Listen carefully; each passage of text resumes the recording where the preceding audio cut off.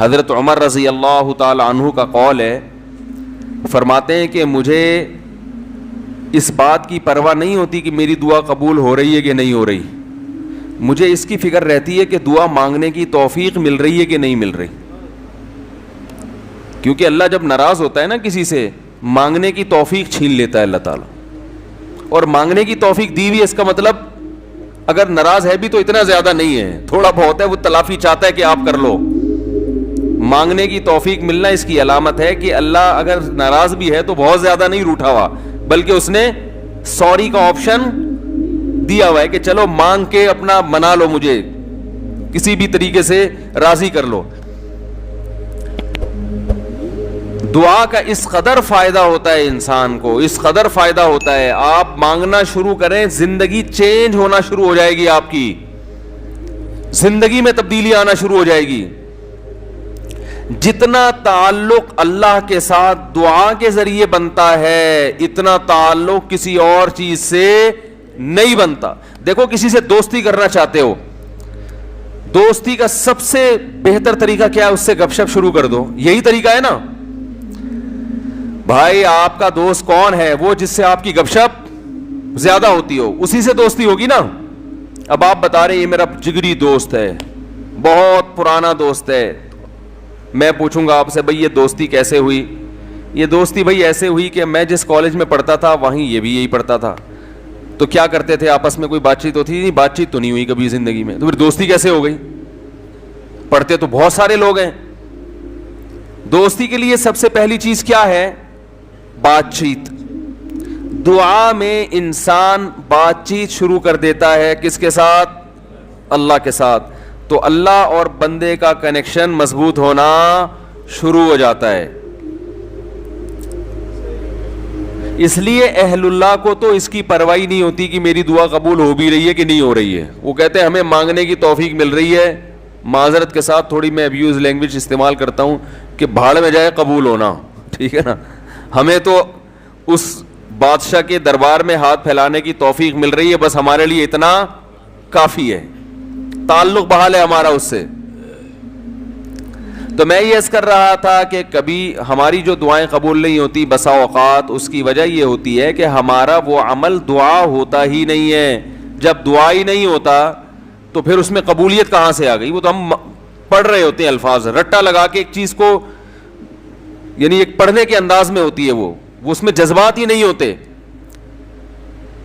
جذبات کن لوگوں کے ہوتے ہیں؟ امام بخاری رحمہ اللہ تعالی کی سوانے پڑھیں آپ، بچپن میں نابینا ہو گئے، والدہ تو آپ کو بڑا علم سکھانا چاہتی تھی، پریشان کہ اللہ یہ تو میرا بچہ ہی نابینا ہو گیا.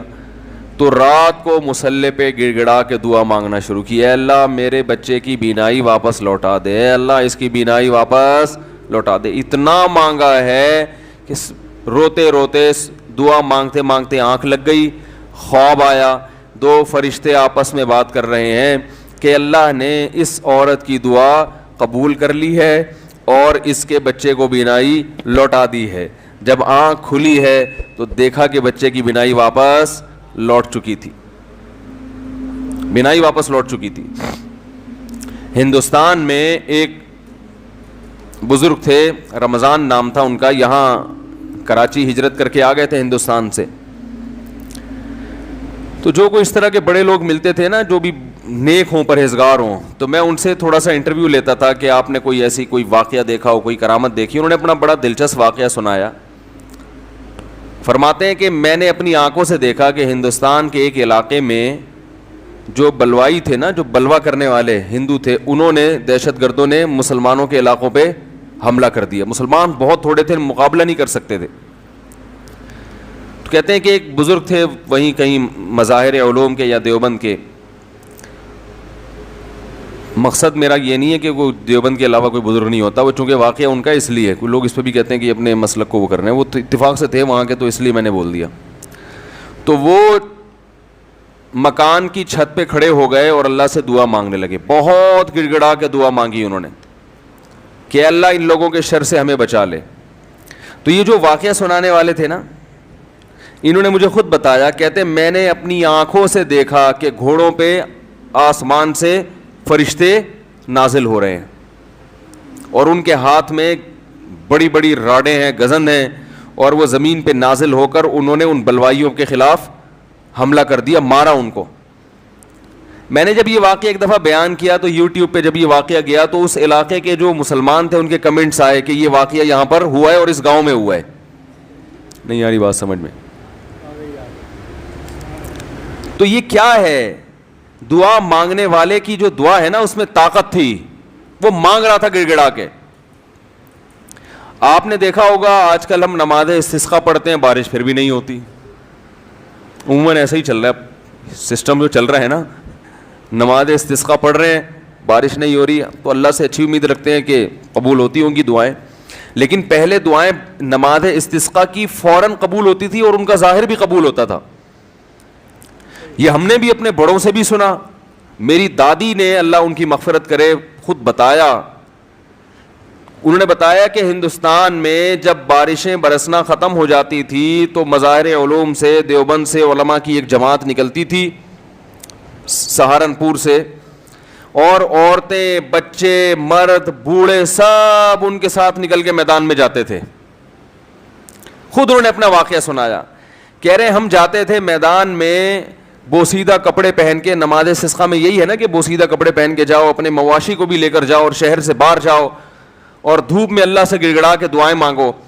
تو کہتے ہیں ہم جب جایا کرتے تھے بارش کی دعا مانگنے کے لیے تو اتنا یقین ہوتا تھا کہ بارش ہوگی کہ تمبو ساتھ لے کر جاتے تھے کہ جب بارش ہوگی نا تو وہاں دیگیں پکیں گی اور کھانا کھایا بھی جائے گا, خوشی میں کھلایا بھی جائے گا. تو وہ کھانے کا سامان گھر سے لے کر جایا کرتے تھے. اور انہوں نے بتایا کہ ہم نے خود دیکھا ہے کہ نماز استسقاء کے لیے دعائیں ہو رہی ہیں اور آسمان پہ بادل آئے اور بارش برسنا شروع, اور ہم سب کیا کر رہے ہیں؟ تمبو لگا کے کھانا کھا رہے ہیں خوشی میں. یہ میں نے خود سنا. نمازی تھی ماشاءاللہ, پرہیزگار تھی. مولانا عبد الرحیم رائے پوری رحمۃ اللہ علیہ سے بیعت بھی تھی وہ. یہ اس لیے فضائل سنا رہا ہوں کہ بھائی امید ہے کہ انشاءاللہ جھوٹ نہیں بولا ہوگا انہوں نے. وہ جھوٹ کیوں بولیں گی بھائی, ان کو کوئی پیسے مل رہے تھے. یہاں ہمارے پڑوس میں یہی اسی مسجد میں سامنے ایک ڈاکٹر صاحب رہا کرتے تھے, آپ کو معلوم ہوگا. یہاں ایک ڈاکٹر صاحب رہتے تھے نا سامنے والے گھر میں. ان کے والد صاحب بھی بوڑھے آدمی تھے. اللہ تعالیٰ اگر زندہ ہیں تو اور عمر میں برکت دے, انتقال ہو گیا تو اللہ ان کی مغفرت کرے. میرے سے بڑی گپ شپ تھی ان کی. مجھے بس یہ کہتے تھے آپ اتنے پتلے کیوں ہیں؟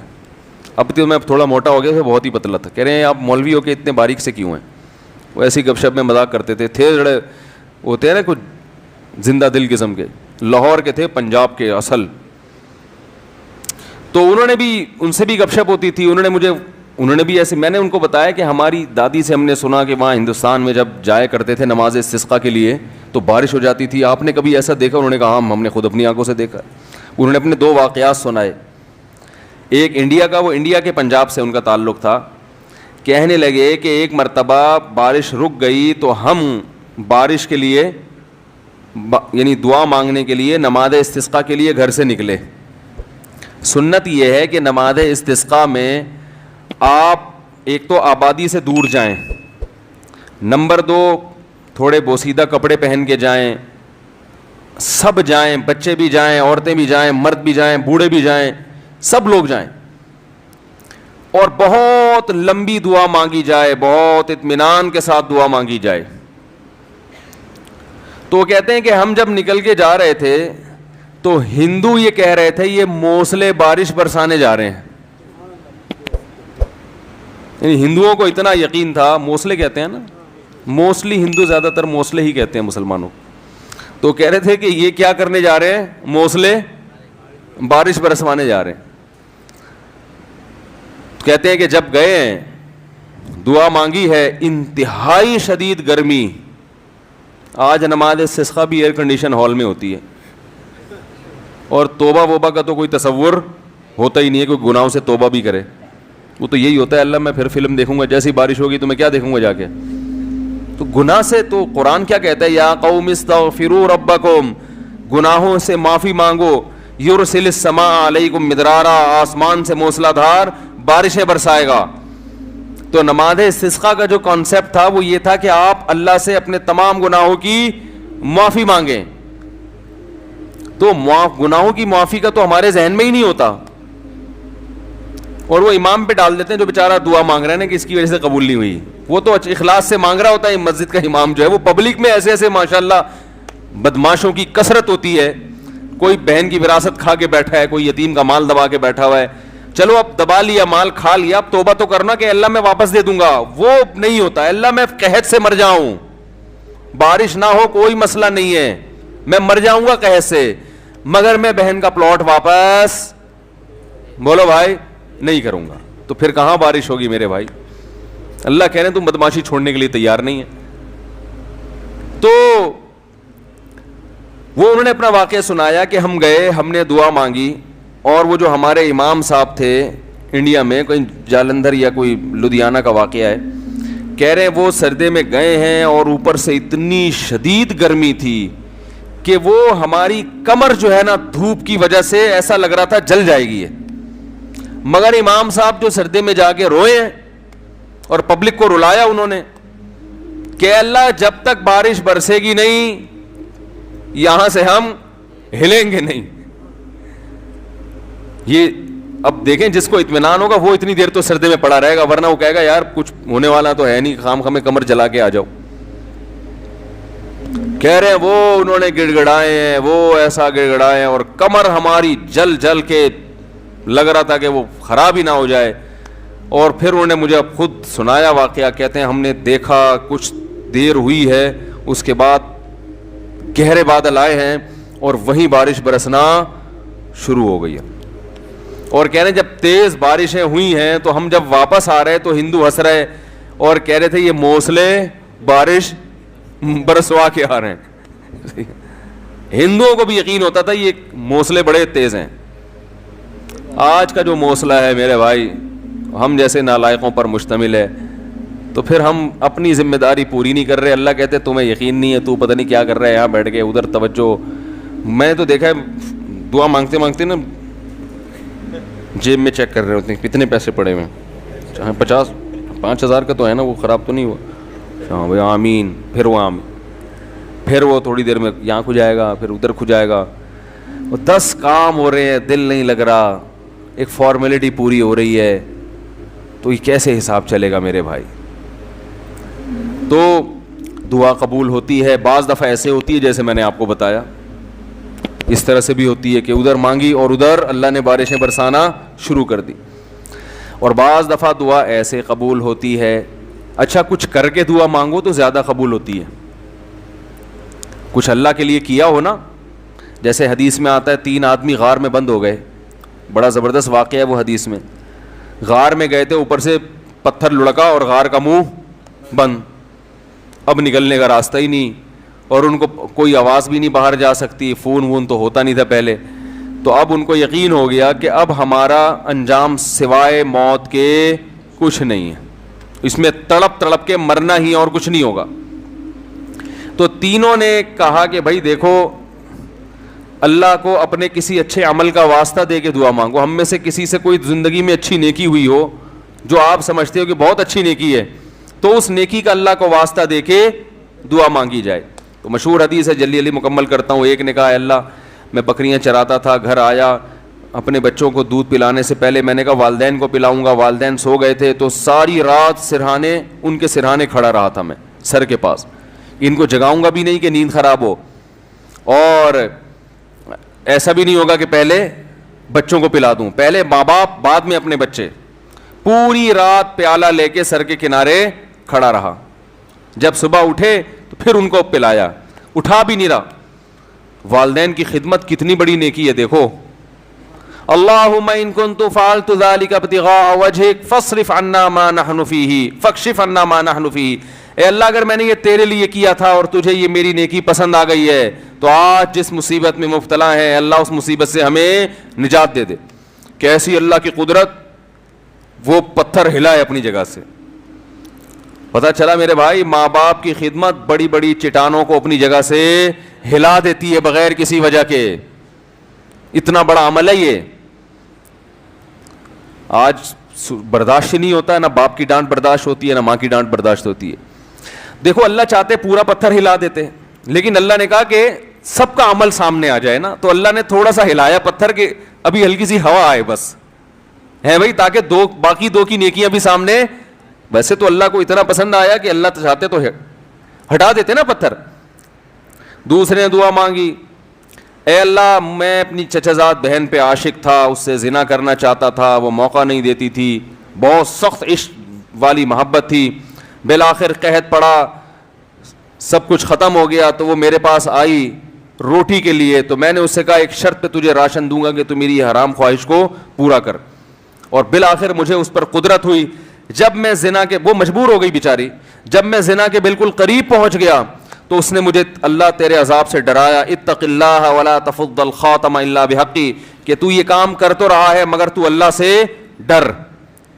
اے اللہ میں اس حالت میں کہ مجھے اس پر مکمل قدرت ہو چکی تھی اور میں عرصے سے تلاش میں تھا کہ یہ میری دسترس میں آئے, آج جب مجھے موقع ملا اور بالکل قریب پہنچ گیا زنا سے, تو اس نے مجھے کہا اللہ سے ڈر, تو اللہ میں تیرے خوف سے پیچھے ہٹ گیا. ان کنت فعلت ذلک ابتغاء وجہک, اے اللہ صرف تیرے لیے کیا تھا, اگر تو اس عمل کو قبول کرتا ہے تو آج جس مصیبت میں مبتلا ہیں اس مصیبت سے ہمیں نجات دے دے. حدیث میں آتا ہے پتھر مزید تھوڑا سا لڑک گیا, اور کیا ہے کہ دھوپ بھی آنا شروع, ہوا بھی, لیکن ابھی نکل نہیں سکتے تھے کیونکہ اللہ تیسرے کا عمل بھی سامنے لانا چاہتا تھا.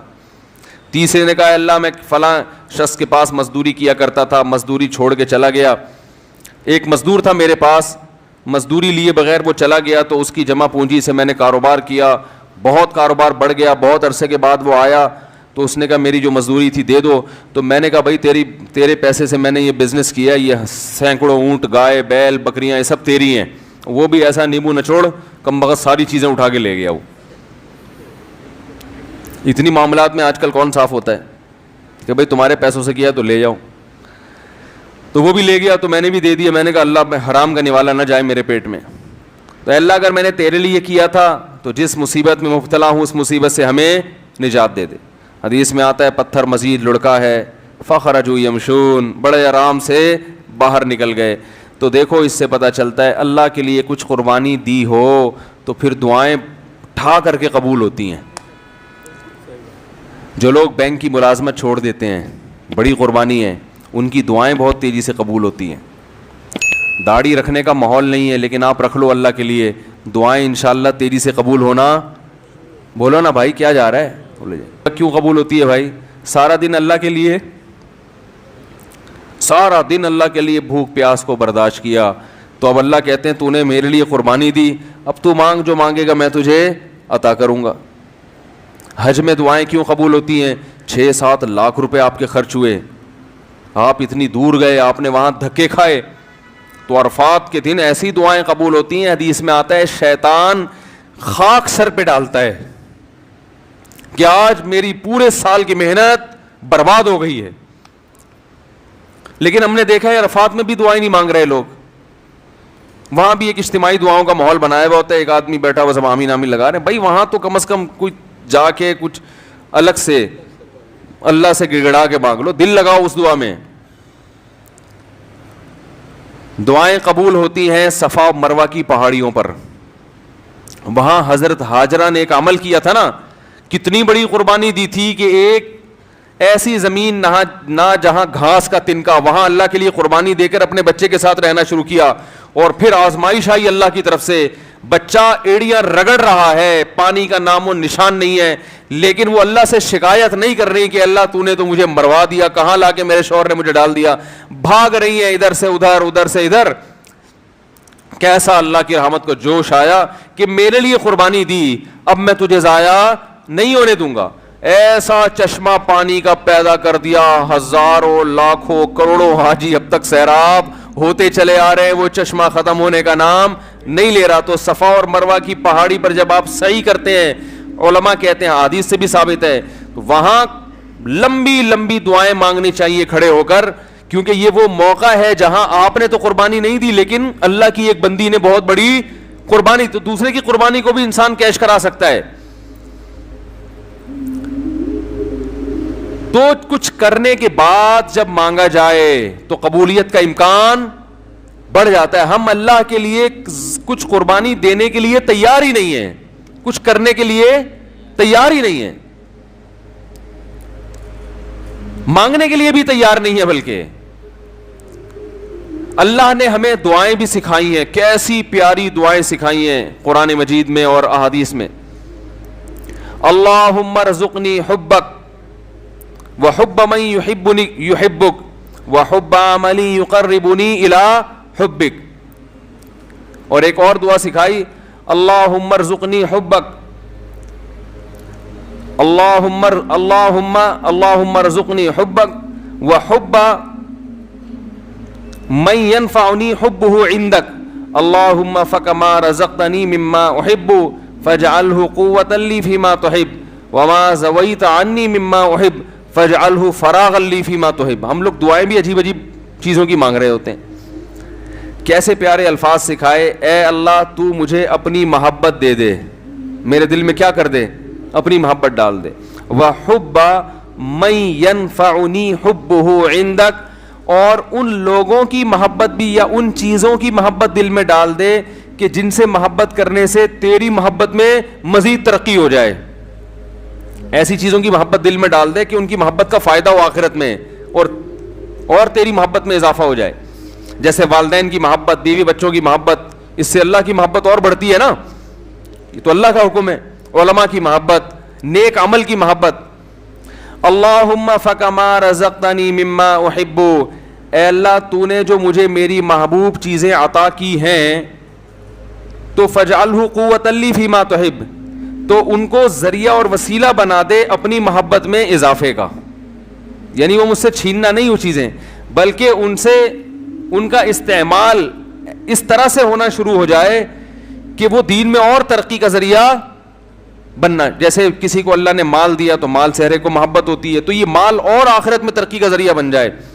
وما زویت عنی مما احب, اور جو میری محبوب چیزیں تو نے مجھے نہیں دی, میں چاہتا تھا لیکن نہیں ملی, تو ان کا نہ ملنا تیری محبت میں ترقی کا ذریعہ بن جائے. کیسے عجیب الفاظ ہیں دیکھو. اور یہ کس نے بتائے؟ ایک امی نے جو نہ لکھنا جانتے اور نہ پڑھنا جانتے ہیں. یہی ہوتا ہے نا, کچھ چیزیں آپ کو مل جائیں گی آپ کی پسند کی, کچھ نہیں ملیں گی. تو اللہ جو پسند کی چیزیں مل گئی ہیں ان سے بھی آخرت میں ترقی ہو جائے, جو نہیں ملی ان کا نہ ملنا آخرت میں ترقی کا ذریعہ بن جائے.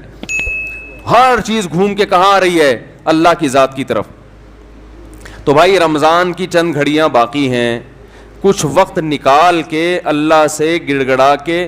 علماء کہتے ہیں روزانہ 24 گھنٹے میں ایک ٹائم ایسا ہونا چاہیے کہ جس میں آپ روز ایک وقت اللہ سے تفصیل سے گڑ گڑا کے دعا مانگ کے معمول بنائیں اپنا.